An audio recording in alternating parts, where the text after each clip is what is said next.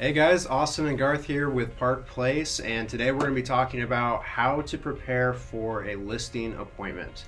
There's lots of things that you should do, but what I like to go through is the chronological order of how I actually set up my appointment beforehand, then like what the plan is right when you enter, and then what you have to bring with you. And I think that's the main source and context of what we're talking about today. So for me, it all starts with the research phase. Like some people start with the gifting phase, but I start with research. So first thing is I get the name and the address, and from that, I try to get all the information that I possibly can. The first place that I like to start is the tax record. I want to make sure of what I'm actually dealing with, not just all the things that are published online, because those aren't always even accurate. Mind you, neither is the tax record. Sometimes that's wrong too, but that's the best we can go off of before we've actually seen the property, talked with the owners, and things like that. So I start with the tax record, get the name, make sure it's all the same. From there, I start my research process from what is the house, what does it have, and then I start to come up with a price range based on a couple different pricing strategies that we like to use to identify where we would likely list the property for me, if it's highly updated, average, or below average. That way we know coming in a basic range of what we're talking about before we even get to the property. So that's step one. So, when you're doing your listing appointments, are you going to be going into the property with a price in mind? Are you going to be giving them a price then and there on the spot? What's kind of or do you set up a second appointment to go back and do that at another time? What's kind of your take on that? So I think there's two camps here on that question. I think there's a lot of people that firmly believe that you have to see the property first, and to be honest, I used to be in that camp. I used to say you have to see the property. I cannot give you even a range. I'm going to walk it, look at it, make all the notes, and then after I figure that out, I'm going to go back, I'm going to do the research, then I'm going to give you a price.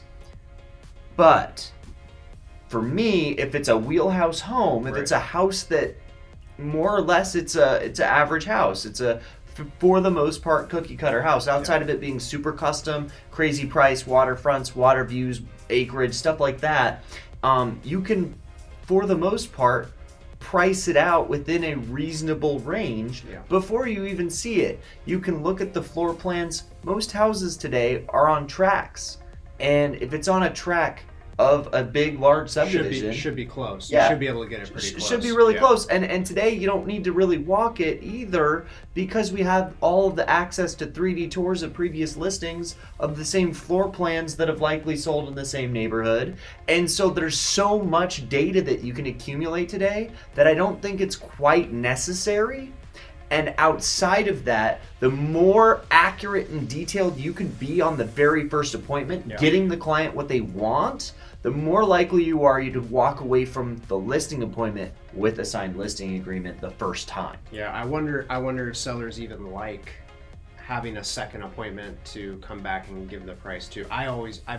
Even on custom properties, a lot of times I'll actually be giving out the price right then and there, just because I've done a lot of research. We've done a lot of research in advance, and so we'll be comfortable with giving the price right then and there on the spot for the most part. I think you almost have to sometimes. And again, that's a lot of times reading the temperament of the client, because if the client specifically wants an intentionality, like they want a lot of intentionality put towards that price, because sometimes maybe you've had a lot of conversations before you get the listing appointment and they're very price conscious specifically, you go into it thinking let's set 2 appointments, and you set that up before you even actually meet them. But what I would very much dissuade you from is not pre-coaching your client to 2 appointments, but then springing that on them at the first appointment. So let me delve into this a little bit. So if you set a listing appointment with somebody and they say, great, let's meet 12 o'clock Friday. You go there 12 o'clock Friday, you have the whole appointment. They ask you, okay, what should we price it at? Let's say everything else is perfect, and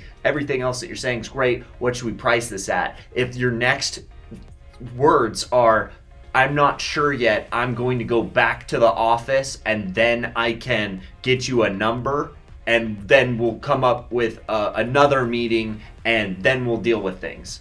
That's just a horrible. No, first off, It's not assertive enough. It's not taking control of the situation, and in most cases, with most sellers, they're not probably going to like that at all. I would hate that if I was a seller.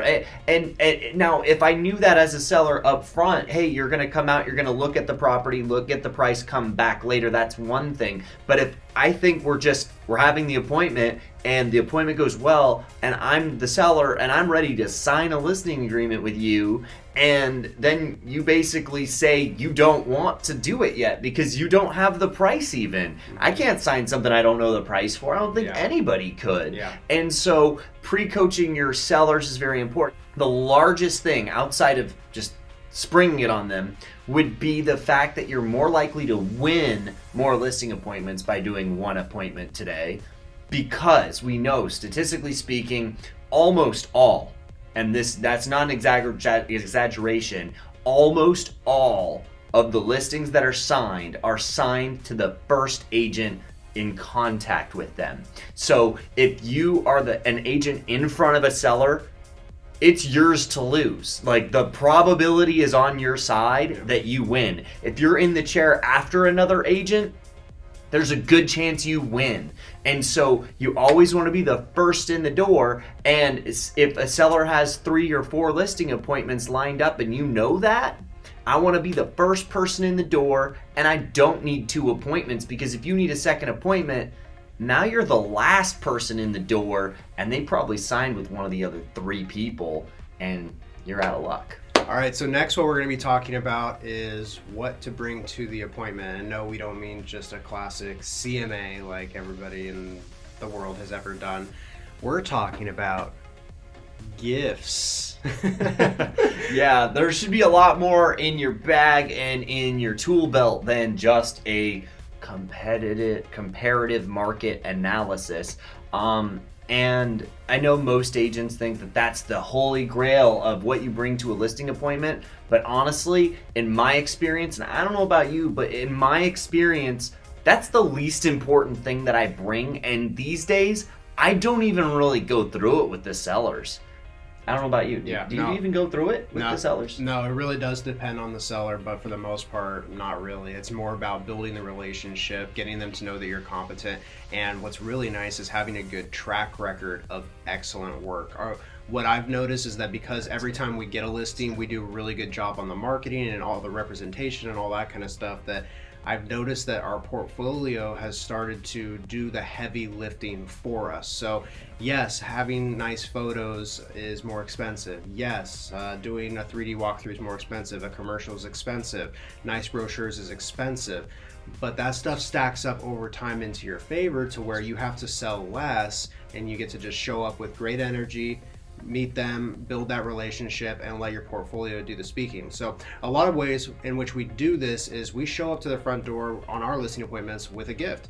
And you might be thinking, well, what kind of a gift? How much do I spend? It doesn't have to be much. A lot of times we might spend 20, 30 bucks, and that can sometimes include a bottle of wine, maybe some sparkling cider, and then some chocolates like what you see here. And we can literally keep it as simple as that. And the sellers on lots of different price points, not just entry-level price points or mid. Like, we do this type of a thing on multi-million-dollar properties as well, and the sellers react just as well about it. So you don't have to go crazy, but if you're not showing up with a gift, we think you're leaving money on the table potentially. You're definitely leaving the money on the table, because the initial reaction is everything.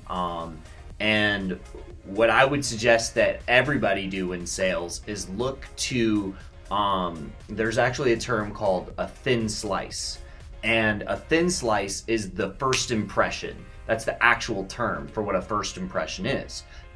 When you meet a new person, they immediately are judging you. As much as we don't want to say that today and these days, that's what happens. Right when you see somebody, you judge them based off their appearance, the way they walk, the way they talk, the way they hold themselves, the way they slouch, the way they hold themselves upright, what they drive into, because I know there's always conversations about what people drive in the real estate field, what they're wearing, what they're holding, what they say, what are the first words that they say. All of those contribute to your initial thin slice, And when studies look back at whether people like somebody or don't like somebody, almost all of it, which is weird, again, same thing as the most likely person to win the listing is the first person, almost all of whether you like somebody or you don't is attributable to the thin slice initial reaction, which is literally, by the way, within there's disputes between the timeline, but effectively it's somewhere between 4 and 15 seconds. That's how long you have.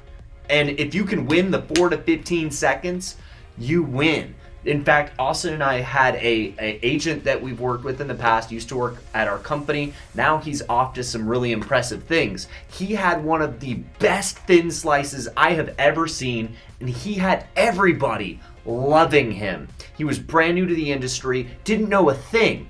But I'll give you an example. One time, right when he met me, he was like, this is how I'm gonna meet people at an open house. And he holds out his hand like this. I'm like, what are you doing? I grab his hand and he spins me around like I'm dancing with him or something. And it threw me off. It was hilarious. He had the best energy I'd ever seen. And he creates instant connections with people. And that alone is enough to work with anybody, any price, anywhere geographically. It will always work. Yeah.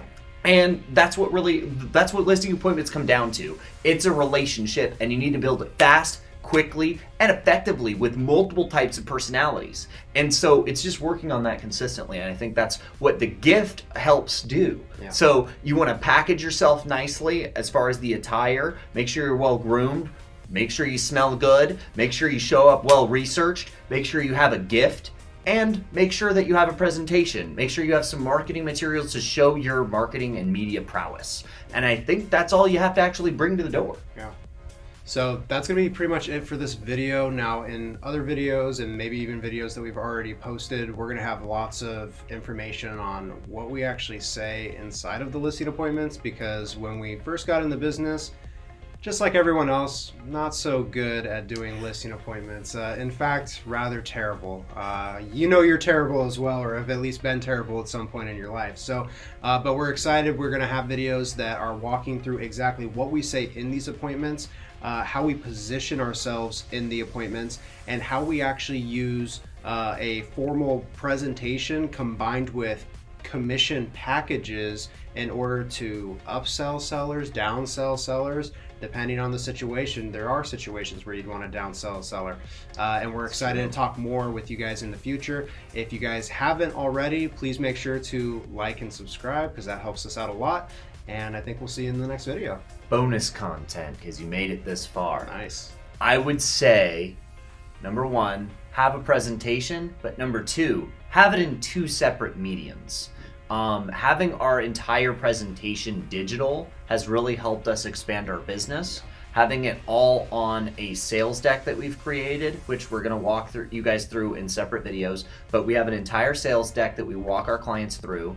And then aside from that, having real tangible marketing materials attached to what you're explaining and knowing when to bring those out and when to really hit home on a specific topic inside of your presentation makes all the difference as you're building your value ladder. But thank you guys again. Bonus content. Let's go. Bonus content over. All right. I'll talk to you guys soon. All right, bye.